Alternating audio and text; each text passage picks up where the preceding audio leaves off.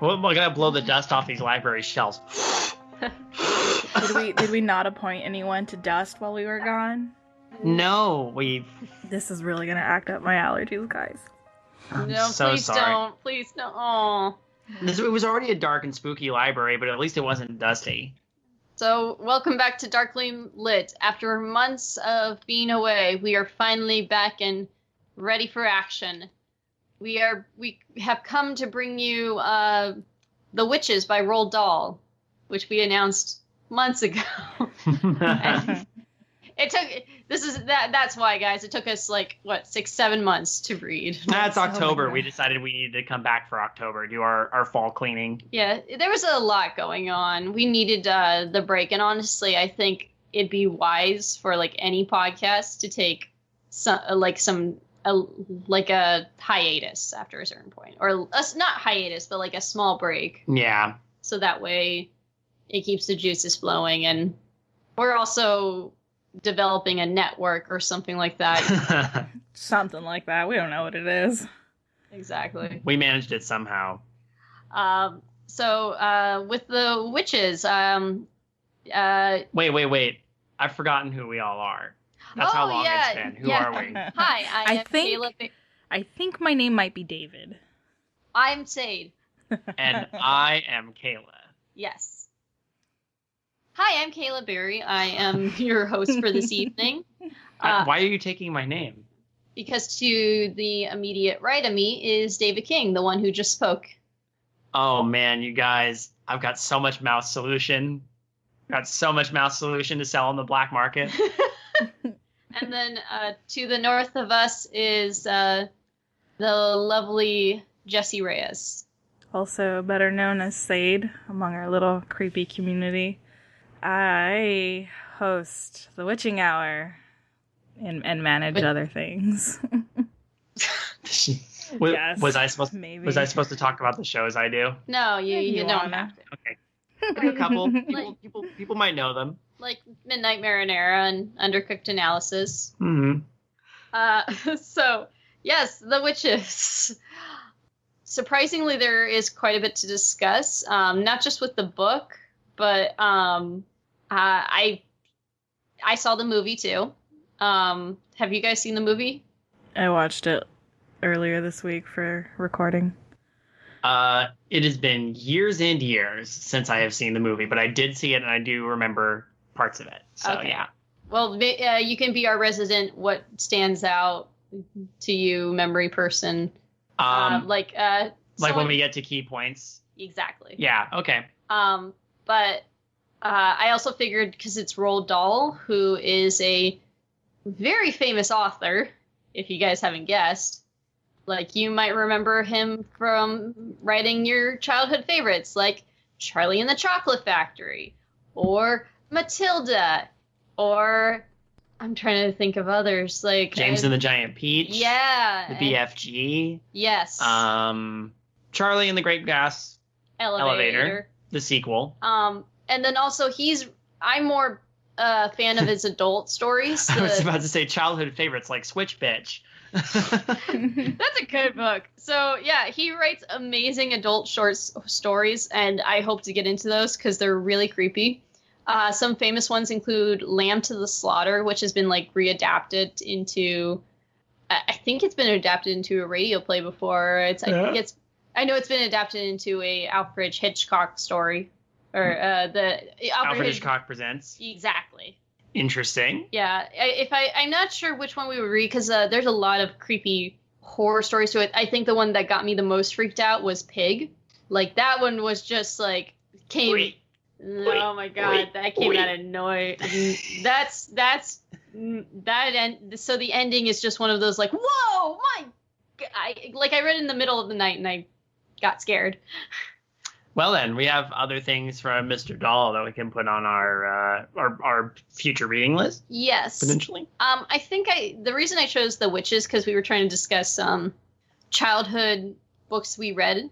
Yeah. That were horror based, and I think this in terms of something that is for children and horror based that resonated with me. I think The Witches was one of them. In terms of does it hold up? Well, let's find out. Yeah. So Why don't you give the summary, David? okay. So the story is told from a first-person perspective. Our narrator is never named, as far as I know. No, he doesn't. He does in the movie, but not in the book. Right. So our narrator is involved in a car accident while on his way to with his parents to Norway to see his grandmother, and he survives, but his parents are killed. So he goes to live with his grandmother in Norway.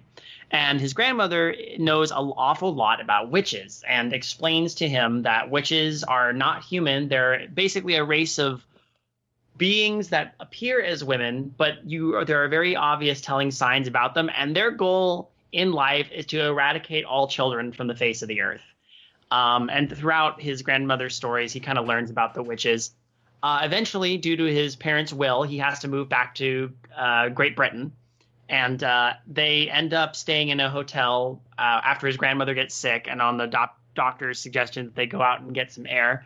And while he's at this hotel, he happens to be there when all of the witches in England are having a little convention led by the Grand High Witch of all the world.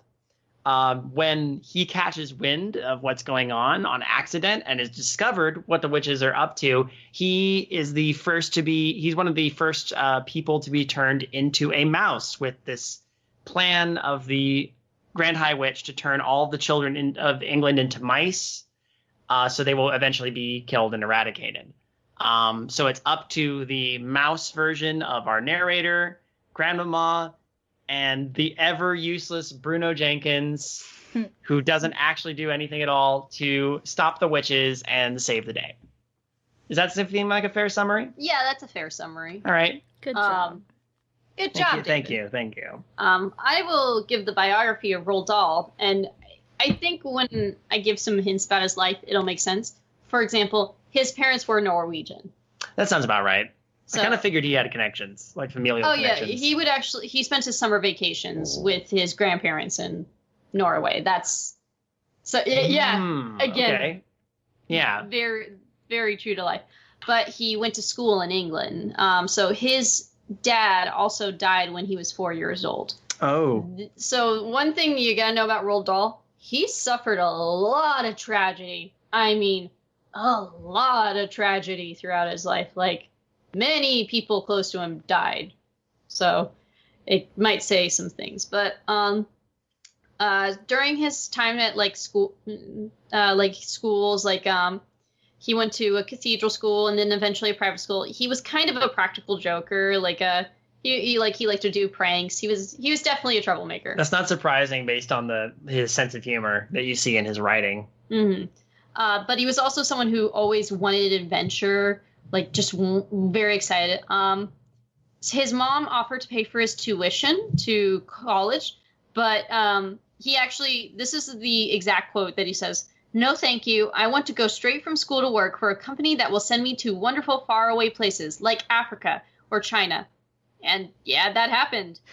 So he actually took a job with the Shell Oil Company in Africa, and he stayed there for about 7 years, and then went on to join the Royal Air Force. He trained in Kenya, but he served in the Mediterranean. He actually crash landed in Egypt, and it left him with injuries to his skull and all that. He actually got a hip replacement and 2 spinal surgeries, and eventually was transferred to Washington, D.C., where he was the phrase is assistant air attaché. Okay. But it was during this time he actually started writing.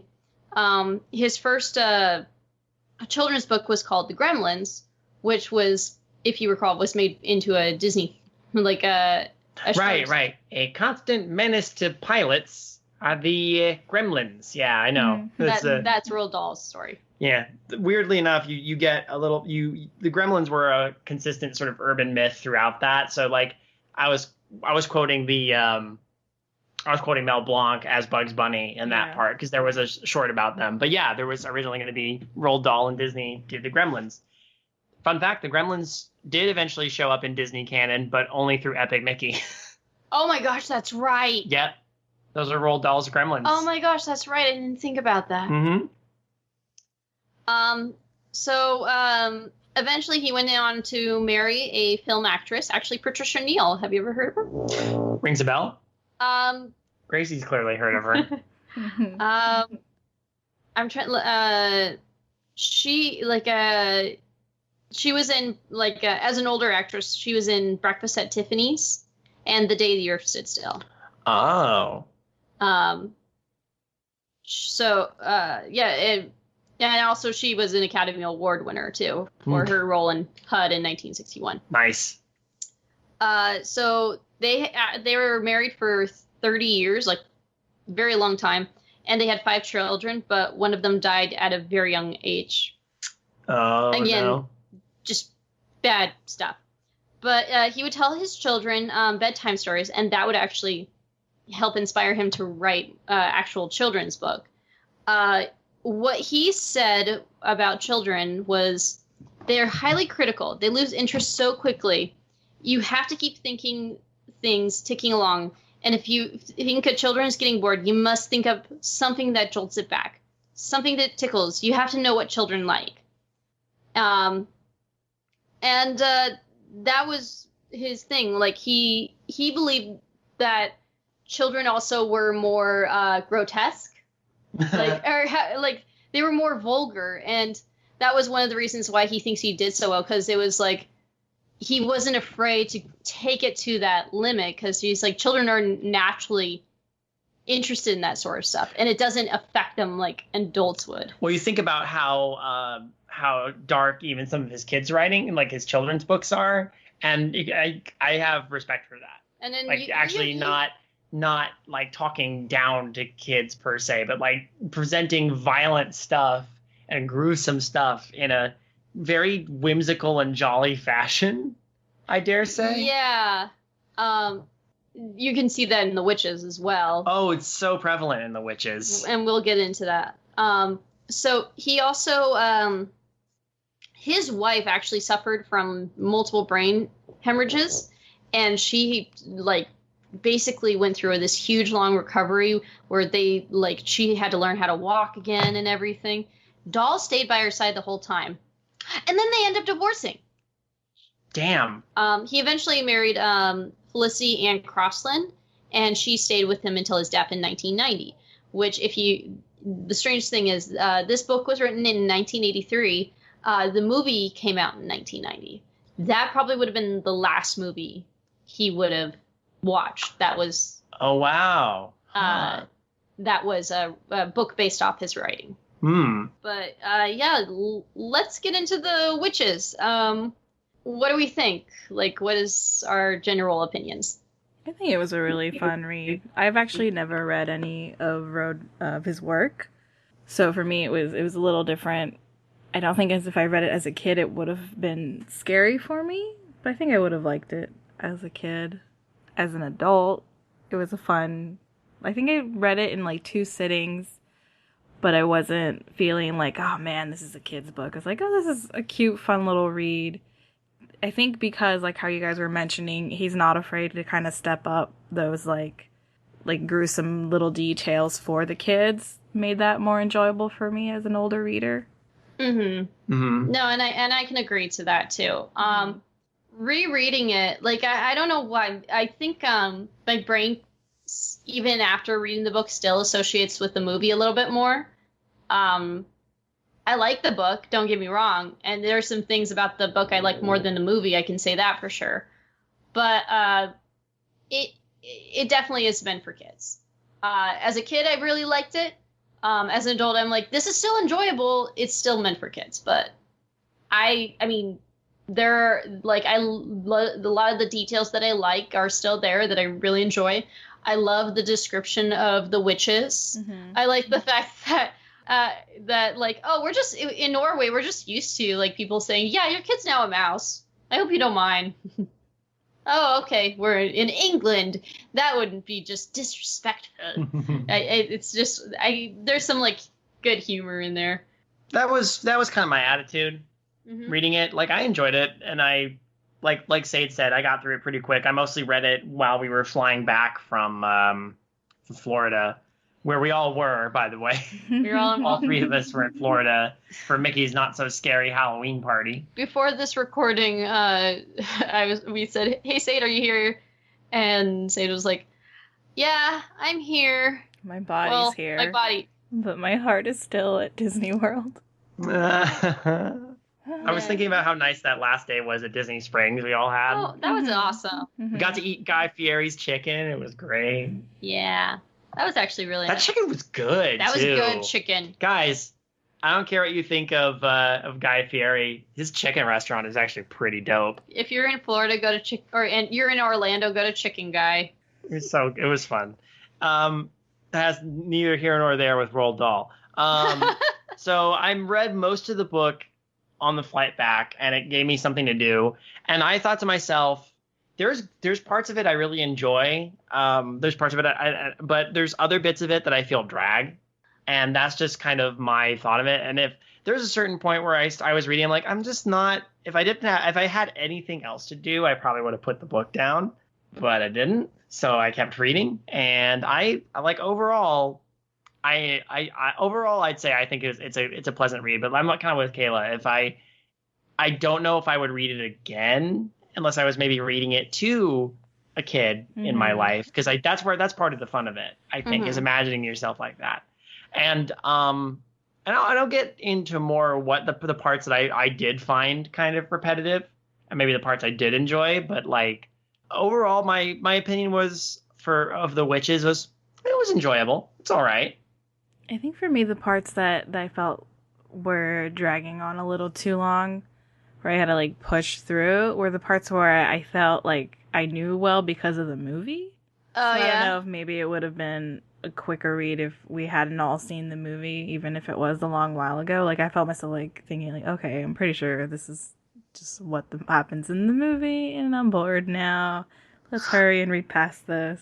But I think after watching the movie a few days later, there were some details that I found. I think I enjoyed the book more than the movie, but maybe just because the movie didn't age as well. Well, here's the thing. With the movie, the animation, the puppetry, effects, yeah, it's still creepy. Oh, like yeah. with the camera angles, like because I rewatched some of the clips recently, and I was just like, Jesus, this is creepy. I can't eat right now. This is The only part of the movie that I remember, like, here's the thing. When I say I saw the movie a long time ago and barely remember it, I mean that. Okay, what do you remember specifically? I very distinctly remember the conference.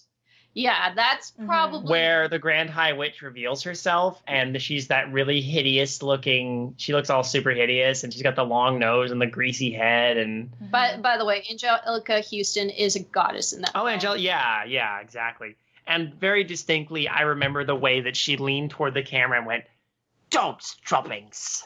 Yeah. The camera work on that film, I think, is what wins it over, is what makes it uncomfortable and creepy, and it's great. I think that conference scene in the movie is done very well, and I think is actually an improvement over the book a little bit. And the reason why I say this is because during the book, yes, it is still a very really good scene, but there's points in it where I was just like, why are we doing this? Like apparently the witches are saying, "Tell us, old one, tell us." Yeah, okay. I'm like, who? That was the bulk. That was the bulk of my criticism. It's like the majority of the book is that conference. Mm-hmm. Really, when you think about it, the majority is that conference, and it goes on for a very long time. And it got repetitive whenever you'd read, what terrible things we'll do, the witches cried in unison. I'm like, I love the idea. Like, I'm picturing it very literally. Like, every time they speak and it says they collectively did this, like, they all spoke in perfect unison. Yeah, That. Tell us, Grand Witch. What about the ancient ones? Like stuff like that. So it just, that part started to drag at a certain point for me. Also, why is there a whole chapter dedicated to explaining the whole recipe of this? But that's a plot point later. No, and I know know that, but did we really need a whole chapter? I don't know. But it's important because our protagonist and his grandmother, he remembers it, tells his grandmother, now, like, we can make this anytime, and then we can use it to destroy all the witches ever. Which, there's a little bit of logic there that I want to go into. There's some plot. Yeah, there is some logic. But I want to get into that when we talk about the ending. I'm more interested in talking about sort of that bit right there. But also, what would you say, if I may pose a discussion question? Go ahead. What would you say was your favorite part of the story? Honestly, the conference is my favorite part of the story. It's like I have a love-hate relationship with it. Like, it is still an incredible scene. Like, first off, the way it's handled this is a scary moment for this kid. And it's really true. Like, in the thing, he's like, oh my gosh, you saw this happen? You lived through this and not died. Like, he was like got this like seeding of watching these witches have a conference talking about killing the kids, and he's like freaking out. Like, this is like a tense moment if you like as you read through. Right. If it weren't for the repetition is kind of ruins it, but like that's why I think I like the movie better, because you're still like watching him going, oh my god, and you're like with the camera works, you're like, oh my god. Like the women do look, the way that they make the witches looks frightening. Angelica Houston's makeup is insane. Like in the movie, she takes off her mask and she's got this big nose, and then it still like even grows a couple inches. Yeah, yeah, I do remember that. The one thing though, again, one thing that the movie did over better than the book. So she immediately takes off her face and is able to see it, and then she suddenly says, "Remove your shoes, remove your gloves." I like it better in the movie when she's slow. It's slowly like, remove your shoes, and it's like, okay, remove your gloves, now remove your wigs, and then that's when she reveals, and you're like, oh my god, oh my god. I think it's interesting, though, because the way they describe the Grand High Witch in the book is they almost describe her like she's a rotting corpse. Like, the way she looks mummified, which is not how I would describe Angelica Houston. No. That's still. She looks like she looks like a hag. No, like a proper like Baba Yaga crone in the movie. No. I rewatched this. I was thinking, okay, it's not that bad. No. It's horrifying. Yeah, but to me, horrifying. She doesn't look like a rotting corpse. She looks more like a creature, a monster. No, but in the book they describe her as looking like a mummy, basically. And I'm not saying that's a bad thing, but I'm almost saying they're both equally grotesque. They're both equally grotesque in their own way. And I just like that each one is very different. Mm-hmm. I feel for but me, it's still equal. If we're gonna compare the movie to the book for the conference scene, I think the build up. Like how Kayla was saying, how it was scarier, one versus the other.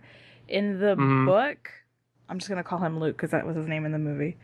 The boy Luke was, he at first was like, oh, okay, well, it's okay if they find me because they're the respectable society of cruelty against whatever it was. But then it's like, oh, wait, they all have gloves. Oh, they're all itching their heads. Like, he slowly realizes it. And it's like, I can't show myself. And then they start taking off their wigs and their shoes and whatnot. And so that built that tension that then is ruined by all the excessive dialogue. But in the movie, there isn't really any of that. And I noticed in the movie, too, when they were... Since I guess I have the freshest memory of it since I watched it from beginning to end a few days ago. They, when in describing the witches, they completely leave out that they all wear gloves. In the movie? Yeah. I don't remember hearing that detail at all. They go into like the itchy scalps because of the wigs, into the feet, and like that kids smell like shit or dog shit. And, dog droppings is the word they use, but I don't know. I think the book led up to it better, but like those effects that were in the movie were just too good, and that would have scared me as a kid. I would have been like, oh, that's gross. Oh yeah. But it is. reading it as a kid, I don't think I would have been scared. No, the reading part isn't as, honestly, when you read it, it's not as scary. I was not scared by it as a kid, but it's funny because like I think Roald Dahl, as he worded it, is right on the money. Kids really aren't as offended by the vulgar stuff and stuff like that. As adults, that's when we look and we're like, oh God, and we notice it. And I feel like that's kind of like with this book. There's stuff I noticed in this book that still kind of is really dark. Like, for example, the main narrator, Luke, and Bruno are both turned into mice.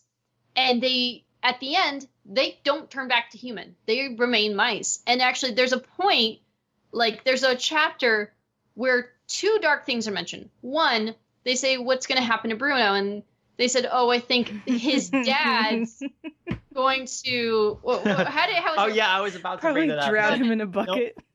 Drown him in a bucket. And yeah, like, he'll probably have the hotel porter, knowing Mr. Jenkins, he'll probably have the hotel porter drown him in the fire bucket. And they're like, that's sad. And they're silent for a few minutes. And then they just go on like, oh, whatever. It's Bruno. He was a fatty. No one cares about him. Roald Dahl is really mean to that kid. By the way, this is a consistent theme with Dahl's work. No. Are you a shitty kid? That you are going to suffer. No. He had a thing about people that ate all the time. Like, This was a theme in his book. So, like... Oh, I noticed. So in Willy Wonka, there was Augustus Gloop who ate all the time, and then that was his flaw. But then also in Matilda, there's a character named Bruce Bogtrotter who is also someone who eats all the time, and then he gets punished by being forced to eat a whole cake in front of the whole student body. Right. At least you're sympathetic for him in that case. But he's not played up to be. Bogtrotter's not played up to be like, oh man, because you see the Trunchbull do it and you're like, oh no, poor kid, what the hell? But I'm like kind of wondering, like, I don't get why is this such. I mean, yes, overeating makes you unhealthy and it can be really troublesome and stuff like that. But why is this such a bother for Roald Dahl? Like, I think he doesn't like people who do things in excess. Think about Willy Wonka. I mean, I know we're deviant, but think about Willy Wonka. Mike TV watches too much TV. Veruca demands everything. Violet is, an obnoxious gum chewer. Just all the kids have things that they're fixated on one thing and they're greedy. I think he's got a problem with people who are gluttonous and greedy. Yeah. I think that's which is fair. Mm-hmm. his of the 7 deadly sins, gluttony and greed are the ones that he. And it's not like he's like particularly mean to Bruno through the whole book. It's just at the end he's like, well, look at Bruno's parents. Again, greed. His parents are like, we're insanely rich and we think you're a mad lady to the grandma. But second dark thing, the narrator, because he's like, how long do mice live? Oh yeah, that's right. Like, oh geez, and the grandmother's like, well, I've been researching this, and she's holding off. You can tell this. It's about 3 years. However, you're not a normal mice person. You would probably live longer, like 9 years. Anyone else feel like that was a lie? Yeah. Maybe. But like she's something to make her. This was. But then he says, Sorry, go ahead.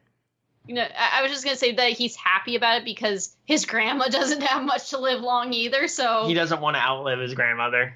Because he doesn't want anyone else taking care of her except for her. Mm-hmm. It's, like, really sad and morbid, but also really endearing. It's bittersweet. It is a bittersweet. Like that thing she mentions about, like, did you know how many times your heart beats per minute? It's, like, 500 beats per minute. Mm-hmm. And so, like, when I can actually hear your heart hum when you're on the pillow next to me. It's like both sweet, but also you kind of think about how rapidly a mouse's heart beats and that this is a kid and he's going to die at 9 years if she's not exaggerating. Like, that's crazy. Like, not to mention he gets part of his tail cut off in this story. Yeah. Mm-hmm. Oh yeah.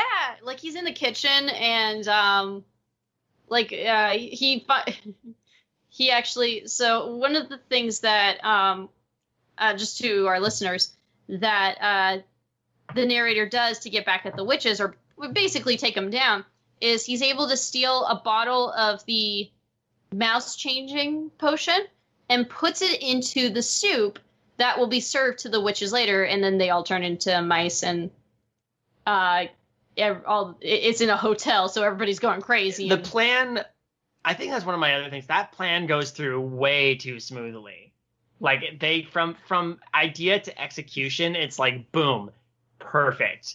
All the witches are exactly where you want them. It doesn't bother me as much because it is a children's story. Yeah, I mean it's not that big a deal. It's just one thing I noticed. But and then also I think one of the great things too, for the most part, each chapter, yes, it goes smoothly, but there's always something tense that happens, right? Or something you're like, oh shit. I had a harder time feeling the tension during the whole dinner bit where he's trying to get from the diner. Like I didn't like I don't feel like he's gonna get caught. I don't feel like the stakes are gonna escalate and escalate. He did get catched. Well, he did, but that part was hilarious.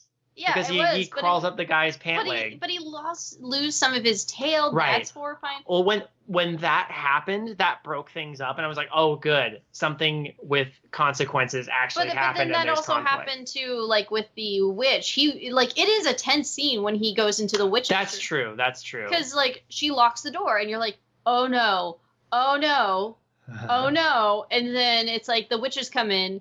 And ask for this, and you're like, please say he gets out, because that is a very tense, like sticky situation too, to just run for the front door, right? When there's like now not just the Grand High Witch, but like 5 other witches now there, and then the toads that were hiding under the bed. Yeah. Oh my god. Yeah. And also it's like, who are they? Like, were they kids? We don't know. Like, shit. We never see. Luckily, it's a good thing. Those toads are safe when you think about it, because the Grand High Witch and all the other witches were turned into mice. So She was planning on doing some terrible things to those toads, and now she can't. I find it funny. It's like you can chill in there and like under the bed until I go to sleep, and then I throw you guys out, and good luck, because you're gonna die. The one thing I've noticed about these witches, because when the 5 stories are explained, the children are not killed necessarily. They're just put into situations where they don't exist as children anymore. Well, I was going to say my favorite part of the book was actually just almost the conversations between Luke and his grandmother, because I'll call him Luke because it's the closest thing we got. Mm-hmm. And I love those moments because I like the bonding, and I like the idea that she's, here they are as a frame. It's great. They're in Norway, and it makes sense that this would be the origin of witches. But let me finish. I'm just gonna say one thing. I find it awesome that she smokes cigars. That is like, I love the fact that she's just, it's a complete flaw, but she's like, no, I'm gonna do it. Screw you guys. I like her doctor, like, stop smoking because it'll kill you, and she just keeps smoking. And she's like, fat chance. Anyway, go ahead. I was gonna say, the Norwegian witches behave differently than the British witches. I think that's the whole point. She's describing what happened to kids in Norway. All witches want to do different things to, eventually eradicate children, but their methods are different culturally. Like, she described how American witches want to make sure the parents are somehow the ones who do the kids in. Mm-hmm. And then, like, I feel like English witches have a particular sense of cruelty, more so than the Norwegian witches, who like sort of they're not kids anymore. They get involved in some situation and then it's just over for them. Mm-hmm. You're a porpoise now. You're stuck in a painting. Mm-hmm. Yeah, they seem to have a more artistic streak. So that's one thing I really like about the world building of this story with the witches, is culturally, again, all the witches in each country are different. Mm-hmm. So do you have a favorite part, Sade, or? I think my favorite part was actually after he got turned into a mouse, and he's like, I don't think this is so bad. I think I could live as a mouse. That surprised me. Yeah. I do like the way he's very happy with being a mouse. And this is actually, it's actually developed throughout the whole thing. So when he says, no, I'm very happy, it's fine that I'm a mouse. Honestly, the ending of, as bittersweet as it is about him saying, no, I'm glad just wanting to be with you, I believe it, because it does. The way that it's developed throughout that whole story is, yeah, he does enjoy being a mouse. He already loved mice because he had two William and Mary before then. By the way, they disappeared into thin air. Where are they? When the Grand Witch kicked them, I was like, oh, they're dead. And like, oh no, they skittered away. Well, that's nice at least. Yeah, so we never see them again. Yeah. I kept expecting like him to run into them as mice, and then they could communicate and they would help each other out. Didn't that in the movie he does run into them, but then that's it. He just meets them under like that in like the vent or something, and then he's like, okay, later. But then he does get them back at the very end. The like now good witch returns them. So that's a so we will get to that because we do have a question on that. Okay. I did want to point out one other thing that I liked from the book and they ruined in the movie was the grandmother's character. In that, I agree. Where she was all like, yeah, we're gonna stop the witches together, and like she was like really like smoking her cigars, like we're gonna kick ass. And in the movie, she was like, oh no, you're gonna get hurt. We can't do this. Oh, I'm old and frail and not cool anymore. Oh, come on. Grandma was my favorite character because she was like I want to imagine, like, she never described how she lost her thumb, but I like to think that she spent the majority of her life being a kick-ass witch hunter, and now she's still doing it, which is awesome. Witchophile. Witchophile. That's right. And she admitted that. Like, he's like, "Are you a witchophile?" Retired one, which I'm like, dude, what has she done? What has she seen? How many witches has she killed? Like, she has a thumb missing. Like, dude, that's awesome. No, Grandma was my favorite character, and I loved how no nonsense she was throughout the whole book. She was very matter of fact with everything. She endeared herself so much to me, and I loved her throughout it. So Grandma was my favorite character. Same. And also, I loved her relationship with her grandson. Like, it's believable. Yeah, that's why my favorite parts were all the stuff where they were together, and she was just kind of telling him stories and taking care of him. And I was like, I love the relationship they have.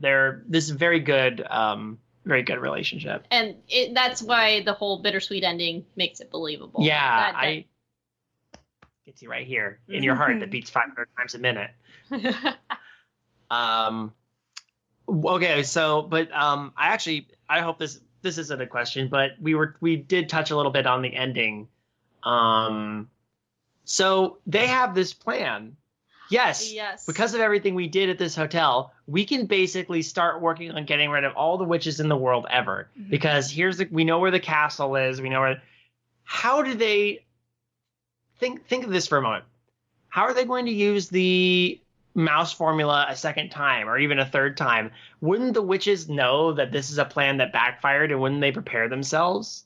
Like, realistically, they might be able to pull it a second time, especially if they don't know who they are and how they did it. But isn't it likely that the second time it happened and the Grand High Witch and all her like retinue turned into mice, that the other witches around the world would like be aware of this and be like, oh shit, maybe we should like be way more careful? I don't think it's going to work more than once. See, my thought was like, if they just turn into mice, they'll still be sentient. How do we fix this? I'm like, poison. I mean, really? I like how they were just straight up like cats. Cats, yeah. Bring in a bunch of cats and just have them go wild. I'm like, but poison. Unless they're immune to poison, but that wasn't a plot point that was mentioned, so. Right.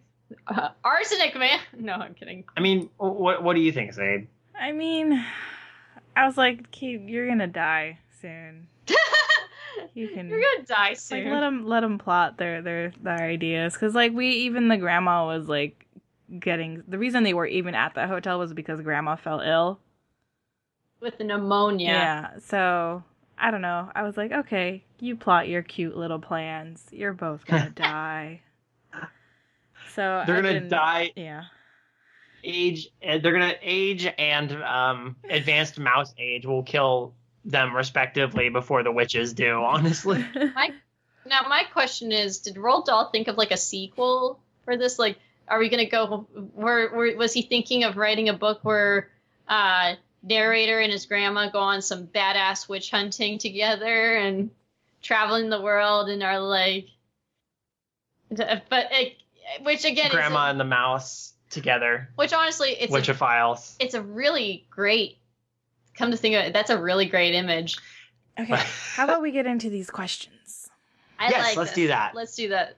Okay. Do you guys want to start with Dovi's questions or Alex's questions? Who sent who? Alex has how many? 3, and then Dovey has 3. Also 3. Also 3. Let's switch back and forth. Okay. Yeah. We'll start with Dovey then.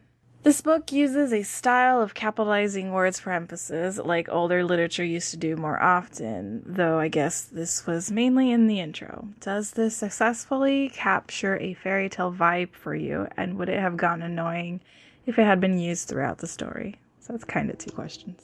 No and yes. Like it doesn't feel. The book doesn't feel like a fairy tale. No, it doesn't. It's still got that whimsical feeling, but it wouldn't fall as a fairy tale for me. It's postmodern whimsicalness. I'm not sure why. I mean, why is there a capital letter? Because you need to understand about real witches. Capital R, capital W, real witches. I do like that. I actually do like that in the beginning, in the intro. That's fine by me. I think that was the idea, is to put the emphasis like, no, these are real. I'm not trying to screw with you here. I'm being perfectly honest with this. Real witch, and then real small in the corner, TM. TM. Okay. That's a simple answer to a... Yeah. Okay, next a question from Alex.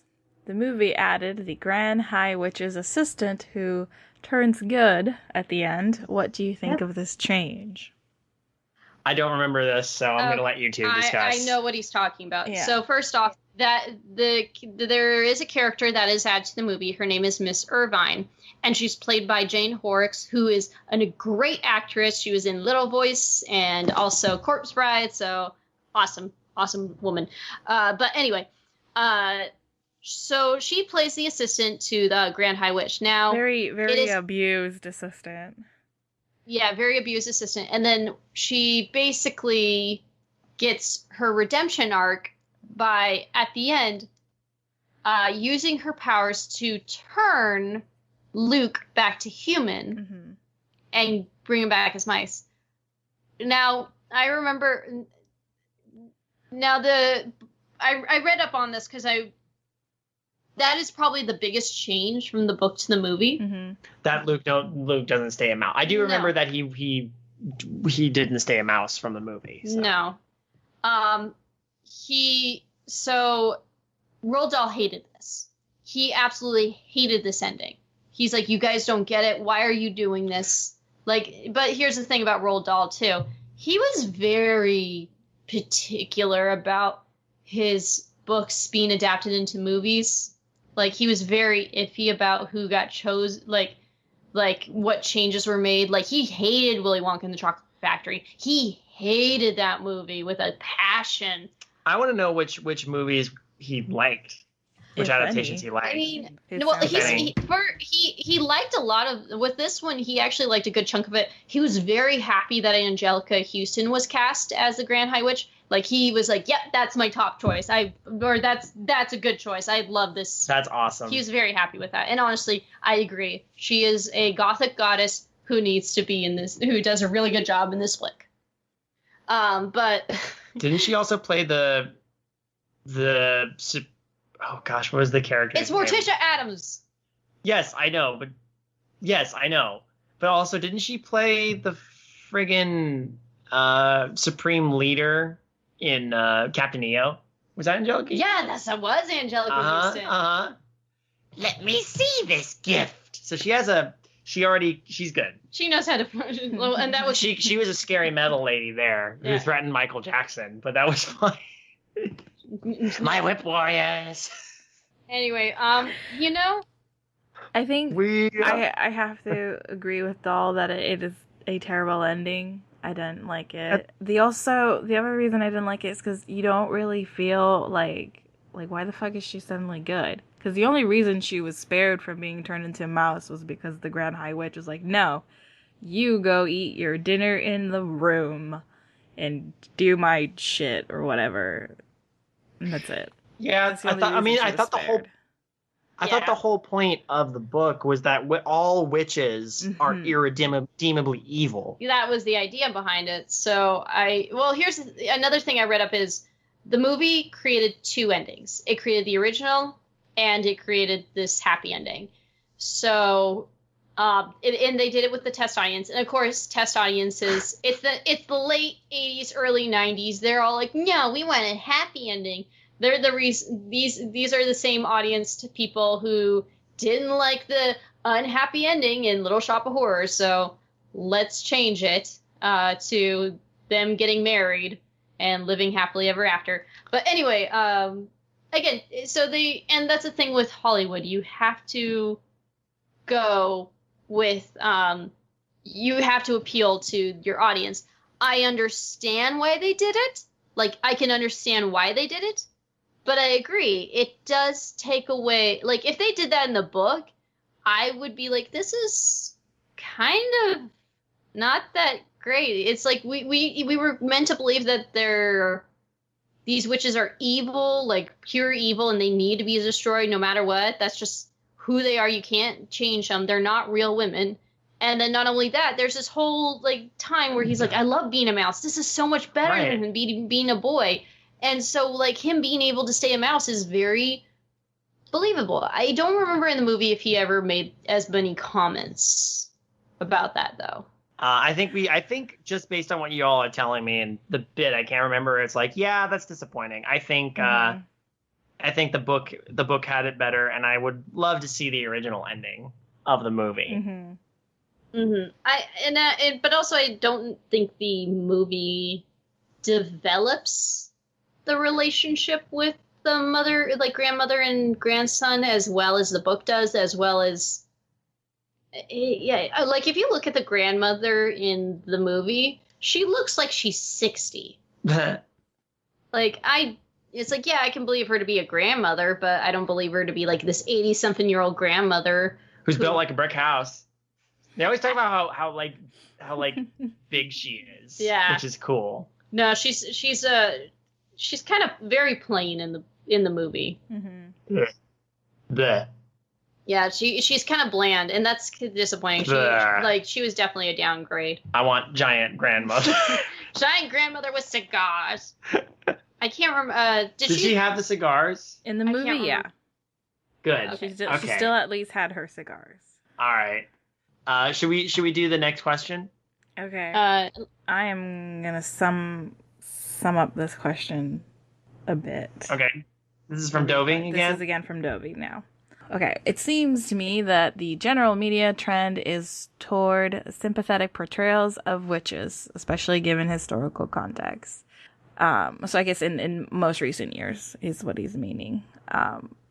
What did you all think of the portrayal, and how do you feel about the media trend of sympathetic/human witches? Witches get stitches. No. Honestly, I feel like, yeah, they're witches, but I feel like they're a different type of witch. And I think I do like the idea of like witches being seen as sympathetic. Like, but the thing is, like, Sabrina the Teenage Witch's witch is not the same witch that is in The Witches either. Or like I'm trying to think of another sympathetic witch story. Kiki's Delivery Service? Yeah, that's a good movie. I love that movie. I love that movie too. Man, who doesn't love Kiki? I'll tell you who, people without souls. But like, again, that witch is not the same. It is not the same creature. Yeah. That is in Roald Dahl's The Witches. I think when you see a story with like a sympathetic witch, this witch is very human, or they are human. They just have magical powers, and that's what makes them witch. We're told in the beginning of the story that these witches, these real witches, aren't human. Capital R, capital W. Aren't human at all. They just look like women when they're disguised, but they aren't human in any way. Yeah, they're straight up. I mean, I think he even says they're straight up like demons. Yeah, and they're otherworldly creatures that prey on children. They basically, you could give them another name, and it wouldn't make a difference. Again, I mentioned that Angelica Houston's made me think more of a Baba Yaga kind of figure because of the long nose and everything. These, like, the fact that these witches are creatures and not necessarily is very, like, basically all the witches in Doll's universe are Baba Yagas. They're beings that are just look like this, and they have sorceress powers. And I think maybe that's the problem with the movie. The movie was thinking a little bit too much like, no, like witches, like human witches. I'm like, no, honey, these are creatures. These are genuinely evil demon creatures. There's no human about them, and I think that was the idea behind Doll's idea, and I think that's why the ending in the movie does not work because, again, they're not human. And keep in mind, like, I think sympathetic portrayals of witches are totally fine. It's all about context in this, and we are given, and Doll makes it very clear that in context these are not human. So that's part of it. So I love the way witches are portrayed as being sympathetic. I really do enjoy that. There's a lot of stories that I enjoy that include witches that are portrayed in from their point of view, and it's very likable. And I like those stories, but I like this one too. And I don't find it demeaning of witches in general. No, not at all. It's just a different creature. I like the variety is nice. Whereas, like, I like, my Dracula vampire, but I also like monstrous bat creature vampire. It's kind of the same thing. No one's asking you. No one's asking you to take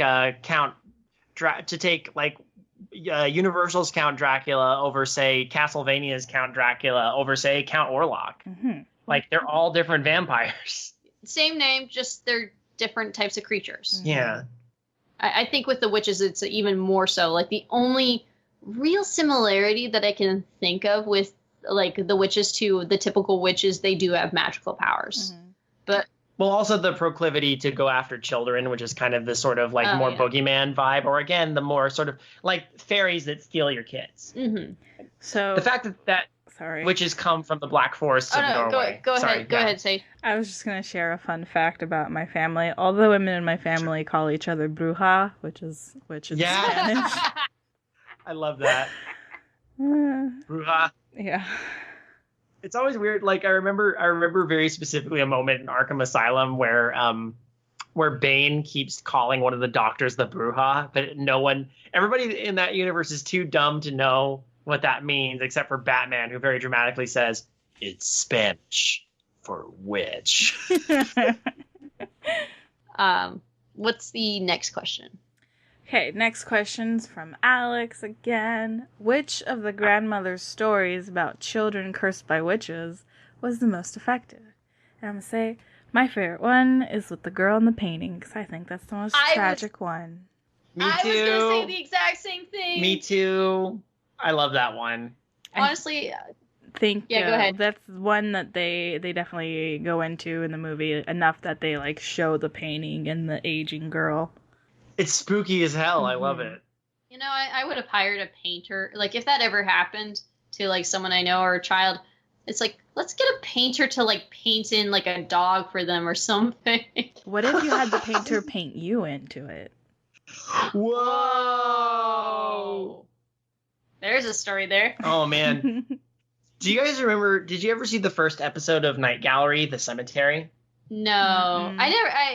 Surprisingly, I didn't watch too much Night Gallery, which is weird because I love that type of anthology, like Twilight Zone, Outer Limits thing. Right. There's a plot point about that is a painting that keeps changing, but it's static. So it reminded me a lot of that. It's a painting of a cemetery where over time, every time this guy looks at the painting, there's a grave that is dug up, and then the coffin is open, and then there's a hand sticking out of the coffin, and every time the painting changes, it's a little different. It's really spooky. Yeah, I think we're all in agreement that the girl in the painting is the most powerful story told by the grandmother. I do also like the one about the boy. Was he turned to stone or something?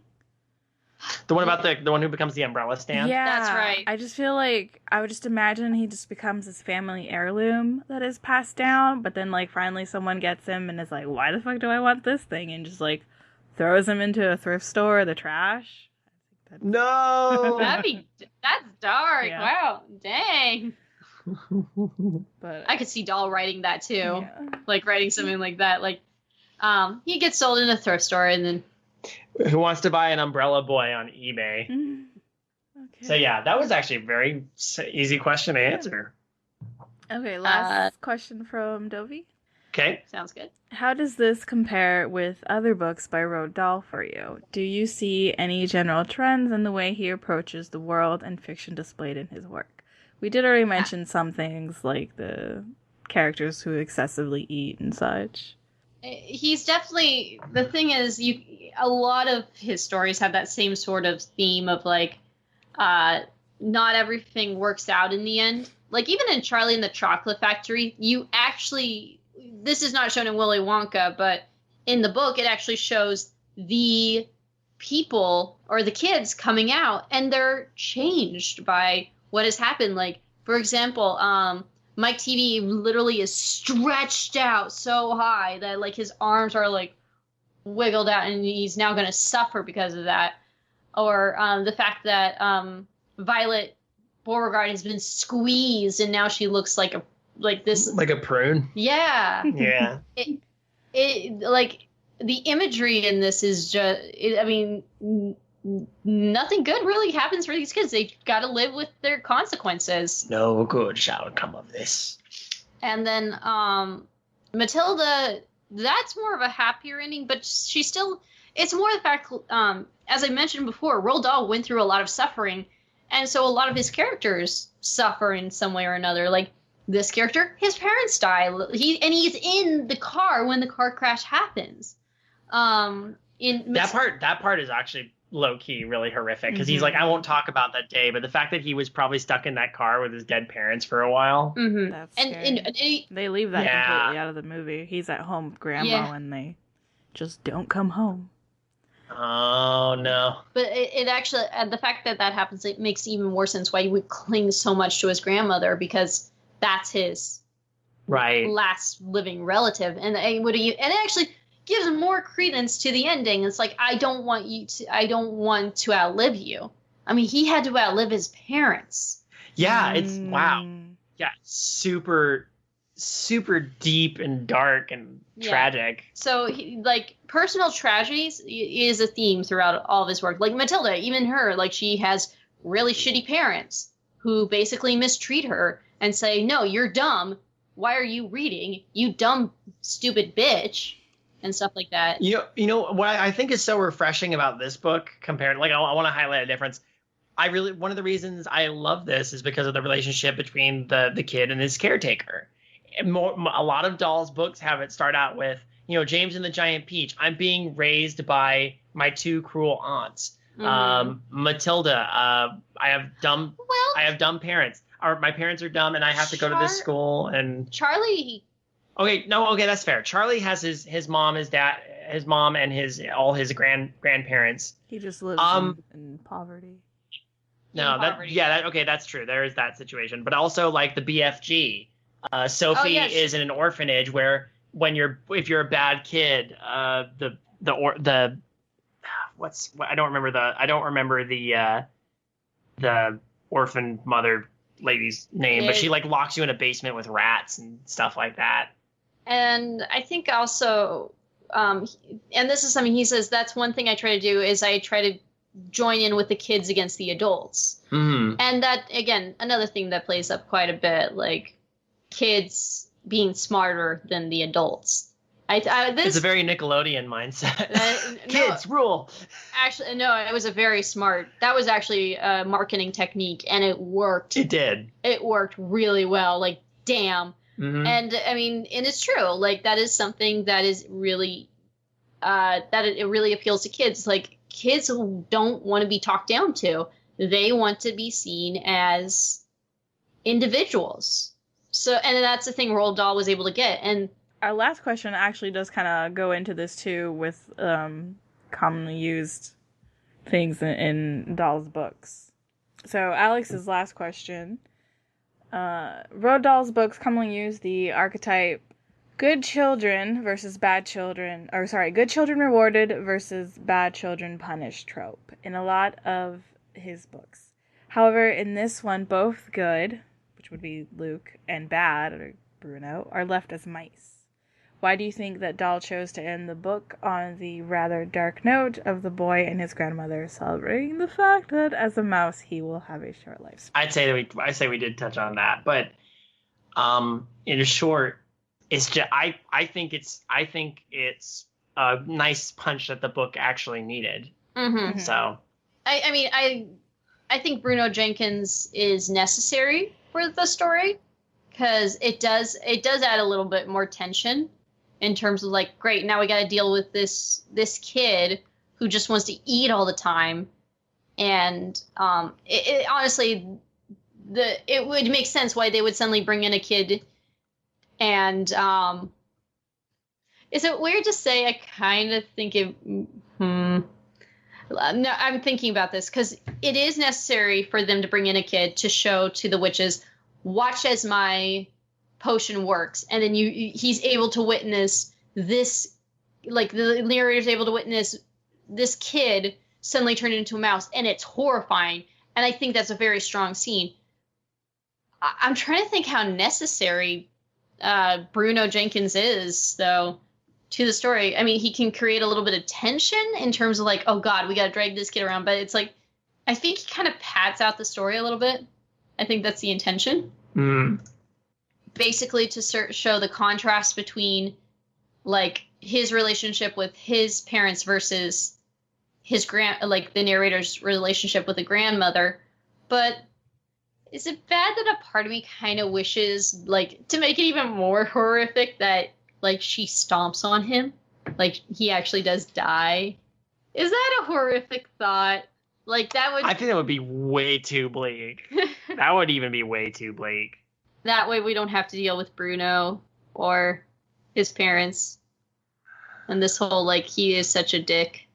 I prefer the nonchalance and, like, the low-key cruelty of, what do you think ever happened to Bruno? Oh, probably knowing drowned. His parents, they probably drowned him in a bucket. Oh, that sucked. Quiet. So anyway, and they just move on because no one gives a shit about Bruno Jenkins. I don't know. Like, he set ants on fire. I mean, what kid has I never set ants on fire. Wasn't he doing something like that? Yeah. Well, Bruno did, yes. Yeah, Bruno did. He was also the kid who would say, well, my parents are richer than your parents. And to which I'm surprised the narrator didn't say, I don't have parents, but you feel like shit now, don't you? Then Bruce Wayne walks up and goes, my parents are dead and I'm rich. Bruno was there more to like, is like how Alex poses in his question, is that both good and bad were punished in this story. I think Bruno was there to more like, shit is going to happen to you whether you're a good person or not, and it's all about how you approach it. You know, how you come to terms with it, where like Luke was like, well, I think it's not so bad being a mouse, and Bruno's like, I'm just going to keep eating and doing what I did before.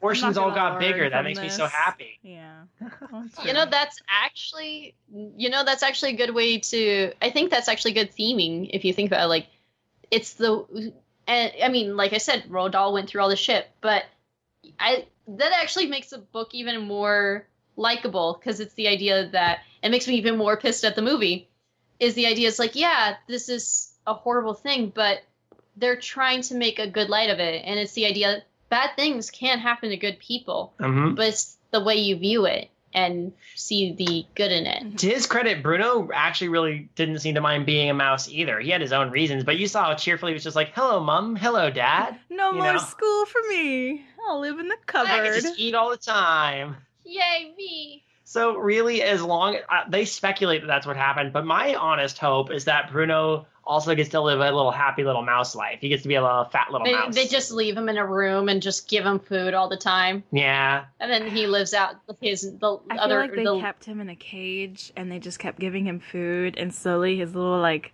boy brain got dumb until he was a normal mouse. Which still wouldn't necessarily be a bad life for Bruno. For Bruno, no. It's better than being drowned in the fire bucket. Just eats and eats and eats. Oh man, those were good questions. Yes. Thank you. Thank you to Dobie Does, who submitted his questions through the patron-only Discord. If you're a fan of this show, go check out the other shows in Creative Horror and be a patron to one of them, and you can go check out the Discord. And then thank you. Or any or all of them. Yeah. Yep. Any of them. We will for any books coming up, we will accept questions through the Discord, or patrons can email us as well. Or any we will listeners accept can email us. We also take them through Twitter. That too. Twitter is helpful as well. But yeah, no, this was fun. I enjoyed doing this, and now I think we've covered all of our childhood reads, right? Yep. Yeah. Yeah. I still think that at some point we got to see the House with the Clock on its Walls, the movie. That, I think- And maybe talk about that. We're running out of time then, because it's been theaters since before I think all of us were in Florida. All I'm saying is I think it might be relevant to our interests, Mm-hmm. despite the fact that I have no love in my heart whatsoever for Eli Roth. But out of the 3 that I've read of our childhood books, Thief of Always is my favorite. I really enjoyed Thief of Always. It's really good. I'm thank you for introducing that to us, Sade. You're welcome. With obviously my favorite too. So our next story for November is we're actually returning to our graphic novels.